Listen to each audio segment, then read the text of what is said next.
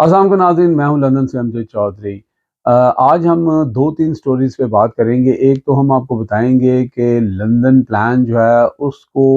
जब देखा जा रहा है कि वो फेल होता जा रहा है और जो रेत है वो हाथ से सिरकती जा रही है, तो अब ब्लैकमेलिंग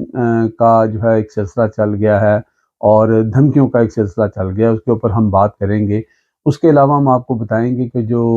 कल सलामती कौंसिल का जो एलामिया आया है उसके अंदर आपने देखा कि जो हमारे इदारे थे उन्होंने अपने आप को डिस्टेंस कर लिया और एक भी ऐसा लफ्ज़ वहाँ पर यूज़ नहीं किया जिससे ये साबित हो कि इदारे जो हैं वो सुप्रीम कोर्ट के डिसीजन को कहीं पे भी चैलेंज करते हुए नज़र आ रहे हैं। इसके अलावा हम आपको बताएंगे कि जो एलामिया आया है वो 8 घंटे इधर उधर क्यों फिरता रहा और उसमें जो वारदात डाली गई है, ब्रीक वारदात, जिस तरह इमरान खान साहब के ऊपर अटैक किया गया और कुछ सहाफ़ी जो हैं हामिद मीर जैसे और ये लोग हैं, ये किस तरह चीज़ों के साथ प्ले अराउंड कर रहे हैं, ये हमारा आज का जो है वो मौजू होगा। आपने एक कहावत सुन रखी होगी, क्योंकि कहावत हमारी सोसाइटी माशरे का बहुत अहम हिस्सा होता है और ये कोई एक दिन में नहीं बनती, ये हज़ारों साल से ये कहावतें चलती आ रही हैं। तो एक कहावत है, उल्टा चोर कोतवाल को डांटे। अब ये कहावत जो है ये पूरी तरह फिट होती है हमारे 3 बार के जो प्राइम मिनिस्टर हैं मियां मोहम्मद नवाज शरीफ साहब के ऊपर। ये वही मियां मोहम्मद नवाज शरीफ साहब हैं जो 50 रुपए के स्टाम्प पेपर के ऊपर यहाँ पे इलाज कराने आए थे और उनके जो इस वक्त भाई साहब हैं जो वज़ीर आज़म हैं, उन्होंने इस बात की गारंटी दी थी और 16 अरब रुपए के करप्शन के केस में वो इन्वॉल्व थे और जिस दिन उनका फ़र्द जुर्म उन पे जो है लगनी थी, उस दिन वो वज़ीर आज़म बन गए। तो ये हमारे मुल्क में खिलाड़ी और अंपायर और जो भी टीमें हैं वो इस तरह खेलती हैं और उस खेल में फिर वो कहते हैं एक हमाम में सब नंगे हैं, तो उस खेल में फिर इस तरह ही होता है। अब मैं आगे चल के आपको ये भी बताऊंगा कि ब्लैकमेलिंग किस तरह की हो रही है। फ़िलहाल मैं आपको मियां मोहम्मद नवाज शरीफ साहब ने जो कल ट्वीट किया है वो बड़ा इंटरेस्टिंग है, वो मैं आपको पढ़ के सुना देता हूँ। अदालतें कौमों को बुरहान से निकालती हैं, ना कि बुरहानों में धकेलती हैं। चीफ जस्टिस ने ना जाने कौन सा इख्तियार इस्तेमाल करके अक्सरीती फैसले पर अकलीती राय मुसल्लत कर दी। अपने मनसब और आइन की तौहीन करते हुए पीटीआई के एजेंडे को आगे बढ़ाने वाला चीफ जस्टिस मजीद तबाही करने की बजाय फिल फौर मुस्तफ़ी हो जाए। लो जी, बन गई ना मिसाल, उल्टा चोर कोतवाल को डांटे। तो ये मिसालें ऐसे ही नहीं बनती। अब आ जाते हैं कि जनाब जो कल अलामिया आया उसके अंदर तीन चीज़ें जो हैं वो अलार्मिंग थी और उसका जो रिज़ल्ट है वो भी नज़र आ रहा है कि किस तरह इमरान खान के ख़िलाफ़ जो मामलात हैं उनमें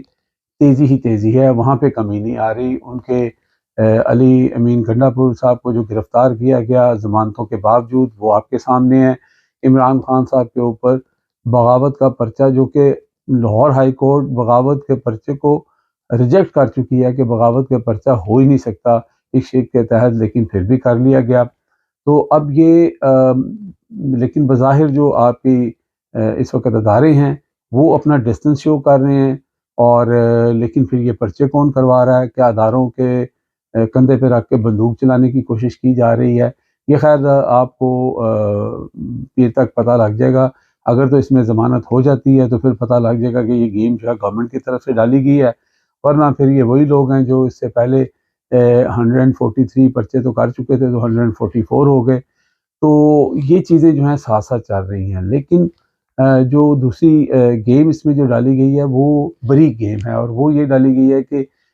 अलामिया में जो है इस बात की इजाज़त दी गई है जो हमारे फोर्सेस हैं उनको, कि वो ऑपरेशन का आगाज़ कर दें दहशत गर्दों के ख़िलाफ़। इससे पहले भी सलामती कमेटी की 2 मीटिंग जो हैं शहबाज शरीफ साहब जो हैं वो ले चुके हैं, लेकिन उस वक़्त इस चीज़ का ऐलान नहीं किया गया कि हम ऑपरेशन करने जा रहे हैं। लेकिन अब शायद इसलिए भी किया गया है कि उधर से सुप्रीम कोर्ट ने जो है वो फोर्स मांग ली है कि इलेक्शन करवाएं, तो ये एक बहाना जो है शायद उसकी बुनियाद रखी गई है। दूसरा, इसमें एक और वारदात ये डाली गई है कि जो टीटीपी है, तहरीक तालिबान पाकिस्तान, उसके हवाले से बात की गई है कि जो साबका गवर्नमेंट थी उसने बड़ी नरम जो है वो طریقہ کار رکھا اس جو ٹیررسٹ جماعت تھی اس کے خلاف، جس کی وجہ سے آج جو ہے وہ دہشت گردی جو ہے وہ دوبارہ جنم لے رہی ہے۔ اس کے اوپر حامد میر صاحب نے، لازمی بات ہے، وہ کہتے ہیں آگ کے اوپر تیل ڈالنے کا کام کیا، اور انہوں نے جو اپنا تجزیہ دیا اس کے اوپر انہوں نے سیدھا سیدھا کہا جی یہ عمران خان کی گورنمنٹ اور عمران خان کے اوپر الزام اور اشارہ ہے۔ اب بات یہاں پہ یہ ہے کہ عمران خان پرائم منسٹر ضرور تھے، گورنمنٹ ان کی ضرور تھی، شاید وہ اس میں ایگری بھی کیے اور وہ کہتے بھی تھے کہ مذاکرات کی ٹیبل پہ آنا چاہیے، لیکن ہمارے یہاں پر یہ جو ایکشن لینا، ریلیف دینا یا ٹیررسٹ کے ساتھ کس طرح کا جو ہے وہ بہیو کرنا ہے، وہ کوئی پرائم منسٹر نہیں اکیلا کر سکتا۔ اس کے اندر آپ کی جو سیکورٹی فورسز ہوتی ہیں، ان کے جو ہیڈ ہوتے ہیں، ان کے جو جنرلز ہوتے ہیں، وہ ان کی انوالومنٹ ہوتی ہے۔ تو یہ سراہن جو ہے یہ جنرل باجوہ کی ناکامی بھی بیان کی جا رہی ہے، ساتھ ساتھ فیض حمید صاحب کی بھی کی جا رہی ہے، اور اس کے ساتھ ساتھ عمران خان کی بھی کی جا رہی ہے، لیکن یہاں پہ جو مسلم لیگ نون اور جیسے حامد میر صاحب ہیں، وہ ٹی وی چینلز پہ بیٹھ کے سارا مدعا جو ہے عمران خان پر ڈال رہے ہیں۔ یہ بھی ایک واردات اس میں ڈالی جا رہی ہے۔ اس کے ساتھ ساتھ بلیک میلنگ کا جو ہے وہ ایک چیپٹر جو ہے وہ ہمیشہ کھلا رہتا ہے۔ آپ کو پتا مسلم لیگ نون کا جو طریقہ کار ہے، جو کہا جاتا ہے کہ ان کے بارے میں کہ ایک ہاتھ ان کا گریبان پہ ہوتا ہے اور دوسرا ہاتھ ان کا پاؤں پہ ہوتا ہے، یہ اسی اسٹریٹجی کے تحت چلتے ہیں، اور اس کا ایک نمونہ جو ہے اس سے پہلے ہم دیکھ چکے ہیں کہ جیسے باجوہ صاحب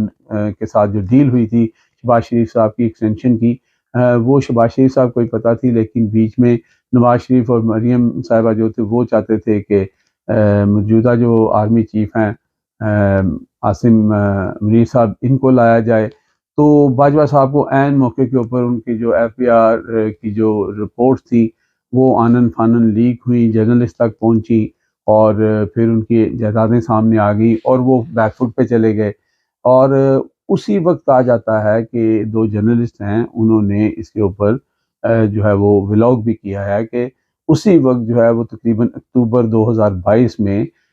جو ہیں وہ عاصم منیر صاحب کی جو ڈیٹیلز ہیں ایف بی آر کی وہ بھی نکال لی گئی تھی۔ اب اس پہ بات ہو رہی ہے، اور شاید یہ بات اب اس پہ اس لیے بھی ہو رہی ہے کہ چیزیں جو ہیں وہ مریم صاحبہ اور نواز شریف کے مطابق اور ان کے ساتھ جو وعدے وعید کیے گئے اس کے مطابق نہیں چل رہی، اور لہٰذا ان چیزوں کو کاؤنٹر کرنے کے لیے ایک اس طرح کے پروگرام اور اس طرح کی باتیں کی جاتی ہیں۔ آج اگر یہ بات جو ہے وہ دبے لفظوں میں کی جا رہی ہے کہ نکال لی گئی تھی ہیں، اور کل یہ چیزیں جو ہیں کسی بھی موقع کے اوپر جب دیکھیں گے کہ اب حالات جو ہیں ہمارے کنٹرول سے باہر ہو رہے ہیں، جو کہ ان کو یہ گمان ہو رہا ہے